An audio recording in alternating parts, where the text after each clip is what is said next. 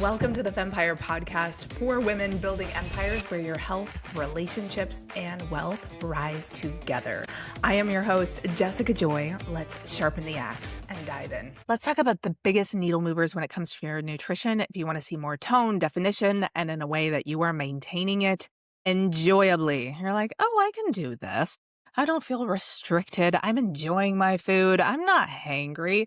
And look, I'm tight. I'm fit. I'm healthy. I'm thriving. This has been an art and a science that I've refined over the years. And I want to give you the biggest needle movers and really cut a lot of the confusion because sheesh, are there so many ways to lose fat via nutrition? And I'm sure that you've probably tried at least 10 of them.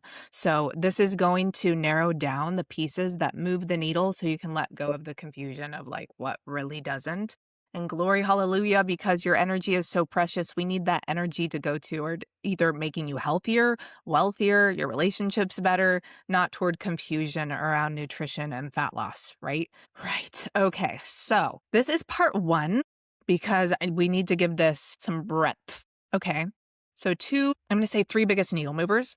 Understanding your macros, understanding what balanced meals are, truly. People are really confused about what eating healthy even means. And then also, the last one is taking your fat loss in phases to support your hormones and metabolism. So you're not set up to yo-yo, you're not set up to long-term plateau or actually make your health worse. Ultimately, we're always prioritizing your energy, your health first, like your hormones, your metabolism, your mental health, like that is all first. And then we pair a smart strategy to transform your body, but we'll never compromise these because if you compromise these, your external result with looking more toned or fat loss will either be short term or you're just going to feel really crappy, lower energy, worse mood, etc. And we're here to up-level all the parts. We need how you operate in your health to give you more energy, more vitality, more health, and make you feel fabulous because you are. Okay, thank you.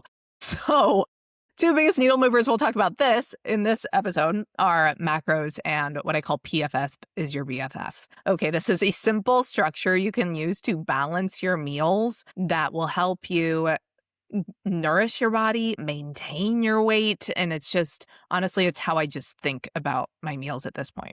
Now, let's be honest about macros. Macros. Okay, everybody has a different relationship with these.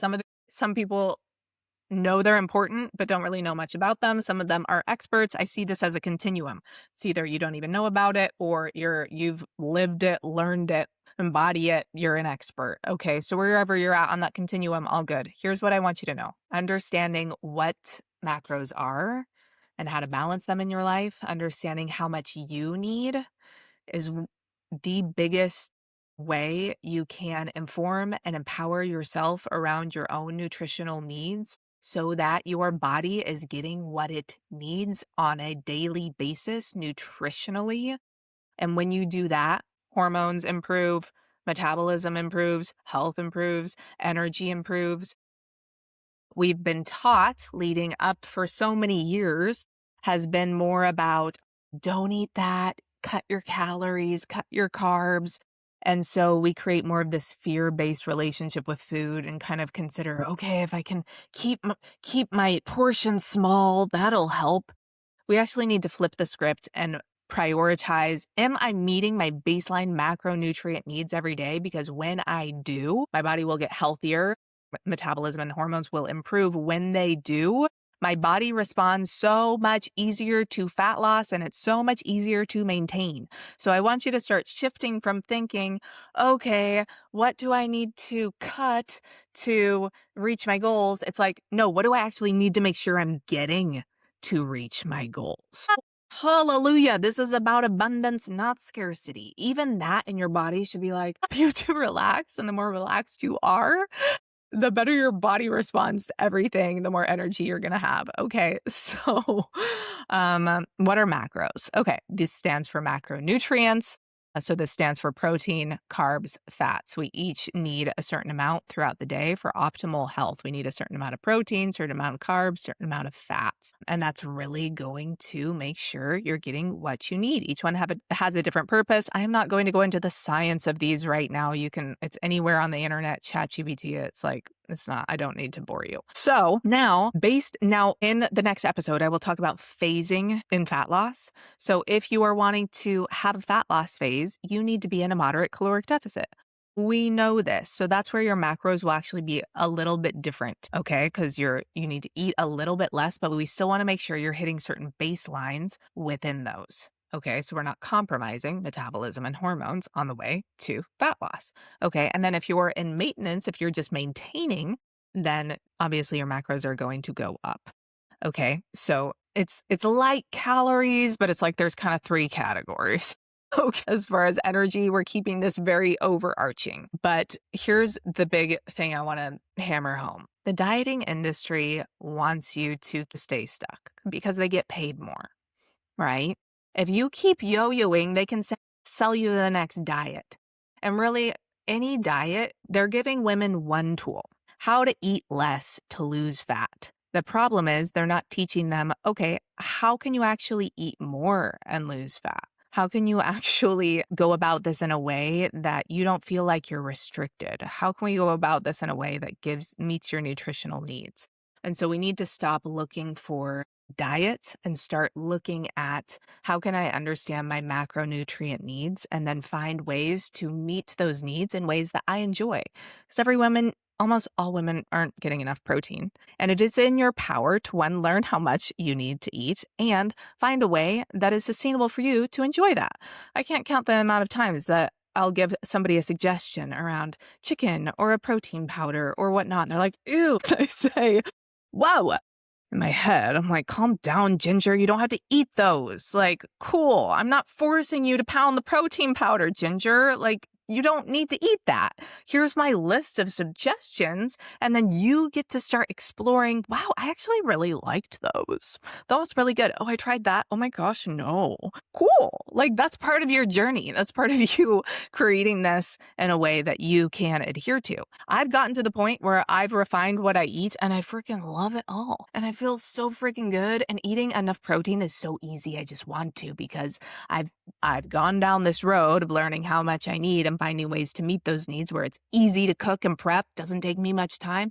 And each meal, I'm like, I'm so satisfied. That was so freaking good. And oh my gosh, this last little portion of protein was pretty much like ice cream, but it was protein. That's where we want to get. We want to get to the place where it's like, I'm nourished. I know how much I need. I've got this diet and it's so simple and I love it. Okay, but that's going to be a process of learning, okay, what are my needs and where am I at? Now, honest moment, all women need over 100 grams of protein a day. Most are getting around 60, 70. Okay, when we look under the hood and see how much they're eating. And so I don't want you to just be like, okay, I need to get this protein right now. Gradually, like bring it up gradually. Your gut will thank you. And you're actually learning ways to incorporate more protein into your life in a way that it's like you're learning what will really work for you along the way. Okay, that's the goal. Okay. And then, like I said, if you're in maintenance, cool, your macros are a certain place, you eat around there. If you're in a deficit to lose a little bit of fat, cool, then you know what to look at and you're empowered to choose the foods to meet those macros. I love a good 80-20 rule. 80% of your diet's whole foods, 20% is a bit more processed. Even if you're falling into a 70-30, you can still be making great progress. So that means you could literally have some graham crackers or you could have some cookies every day on the way to your fat loss, as long as it's within that, 20% window. Now, in the next episode, I will talk about 80-20 and, the times that you might want to dial it into a 90-10 and what that can do for you. Okay, but we'll talk about that. All right, so next, PFF is your BFF. Even if you don't track a freaking thing, this is such an amazing framework to meet your nutritional needs and stabilize your blood sugar, which means you're going to keep your insulin levels lower, which means it's going to be easier to lose fat, which means you'll have fewer cravings, and you'll have fewer cravings overall because your body's getting what it needs in general. Okay, so what is PFF is your BFF. This is a framework for your meal. Where's my protein? Where's my fat? Where's my fiber? Okay. Instead of some weird food pyramid or who knows, like how they've taught us about nutrition, like I want you to think PFF is your BFF. Okay. And you may have heard this, but this is, imagine if you had 3 of these meals a day, or even 4 smaller versions, depends on the person. Then every meal, you're getting a good amount of protein, a good amount of fiber, which is going to be often a lot of fruits and veg. Make that plate colorful, sister. Like that's another great framework. And then healthy fats. Okay. Now, the fiber will include a lot of your carbs. Okay. This could include things like potatoes are a great one. Potatoes, yams, awesome. Plus they have a lot of fiber, especially if you have the skin. Amazing. So if you just start learning, okay, where's my protein? Where's my fat? Where's my fiber? It's going to help stabilize your blood sugar. And then throughout the day, you're getting enough of what your body needs. Now, I know carbs aren't in there. So if you need to actually have a portion of carbs there to meet your needs, then please do. Low carb isn't better. You actually want to keep your carbs at a healthy level because it will keep your testosterone higher, which increases your energy and improves all the results and just like how driven you feel throughout the day. Testosterone's like one of the top priority hormones for me. I'm like, how can I keep that high? Okay, don't go too low carb. Okay, cool. Caveat. PFF is your BFF. You can even look at online and be like, okay, or start to learn, okay, here are some great protein choices. Here are some great fiber choices. Here are some great fat choices. When I'm building out my plate, honestly, I have my protein and my veg. And then sometimes I think of the sauce as the fat. Like some butter. Put some butter on it. Yes. It could be as simple as that. Okay, the sauce becomes the fat that flavors the whole dish. That's kind of how it goes. Maybe even heavy cream on this thing with some herbs. Yes, and some garlic. Okay, the dressing on the salad. Beautiful. Sometimes I'll actually save it for a couple spoonfuls of nut butter because that's a great source of healthy fats. Heck yes, sometimes I'll even save it for some dark chocolate, and that's a great source of healthy fats. Boom, bada bing. I'm thinking of, okay, how can I meet my nutritional needs while enjoying it while creating a great body and health? It can all go together. It's a science and an art. Okay, beautiful. All right, so PFF is your BFF. Next, we're going to look at phases in your nutrition. It is so important if you want to get to a certain body composition that you know how to take fat loss in phases and prioritize building and retaining muscle. The last thing I want to say is, okay, how do you apply this with your nutrition? As always, assess first. Always. Okay, these are guidelines, these are frameworks. So we want to look at, okay, what's your lifestyle like? What's your history with nutrition? Do you have a good relationship with food, or do we need to keep, or not so much? So do we need to have some more flexibility there? What's your quality of nutrition? How much are you eating? What are your food preferences? Okay, you don't want to, we always want to think of the growing edge. Look at where you're at, and we want to get it a little bit better. For example, the protein one. If somebody's eating 50 grams of protein and their ideal is 120 grams a day, the last thing I'm going to do is say, get to 120 grams a day. That's just going to break the whole thing, and she's going to hate it, feel gross, and quit. But it's like, okay, where are you starting? How can we expand this? So for some ladies, depending on their history, we may just start with PFF meals, and then they'll take photos of the meals so we can observe what they're eating. They're not getting into food tracking yet. For some ladies, they've food tracked before and they're like, oh, I love this. Like, this just helps me dial things in. Cool. Some women are willing to learn it. Awesome. Let's educate and empower you. And so they get uncomfortable, but we don't expect perfection from the beginning. We're just happy that they're looking at the numbers and getting more familiar, and then their adherence gets tighter and tighter because they're building a skill. Awesome. Okay. Another good thing to look at when assessing is blood work, but you can always still move in the right direction without the blood work first. But eventually, yes, you're going to want to get blood work for sure. So I hope that gives you some context that it's not like you need to start food tracking and hitting your macros perfectly and 80-20 right away. No, it really depends on the person.